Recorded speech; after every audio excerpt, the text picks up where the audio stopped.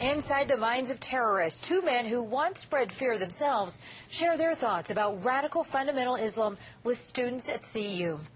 Tight security surrounded the hundreds of students who came to hear tonight's lecture. Good evening, I'm Karen Lee. I'm Jim Benham, and the speech was titled, "Why We Want to Kill You." CBS 4's Sean Boyd is on the Boulder campus tonight, and Sean, I guess a visit by former terrorists is bound to stir things up.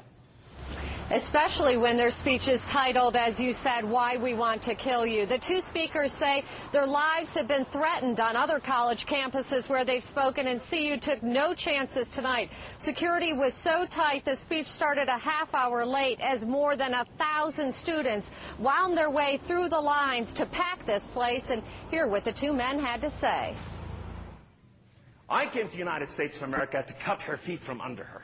He came here, he says, as a terrorist, but Kamal Salim stood before hundreds of CU students and said today he is on a mission to save, not destroy America. This is my home.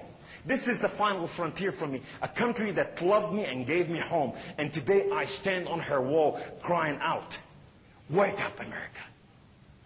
Salim and Walid Shabat say they are Islamists turned Christians who were raised from childhood to hate Americans.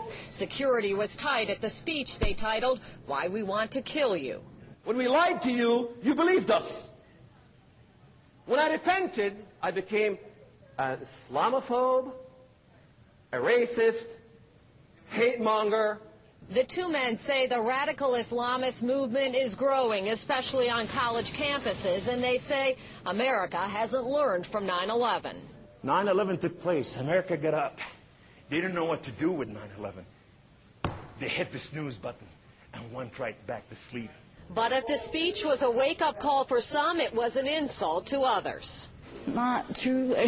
I was raised here. My parents were, raised in Egypt, and I've never, ever had my parents tell me you need to die in order to get to heaven. And for all the heightened security here tonight and controversy surrounding this, there were no problems. Police did not even have to remove a heckler from the crowd. Jim? That's good to hear. Sean, CU is headed into exam week. Any surprise so many students were able to show up for this? I was surprised, but the college Republicans, which brought these two speakers here, say they weren't surprised. They say that this is an election year and students want to hear about terrorism from a different perspective so that they can make an informed decision at the polls. But the students I spoke to say this was just a well-advertised speech and they were curious, and that's why they turned out tonight. By the way, student fees were used to pay for this event here tonight, $10,000 that paid for the facilities and all of the security that was here, too. Jim? Sean Boyd in Boulder. Thanks, Sean.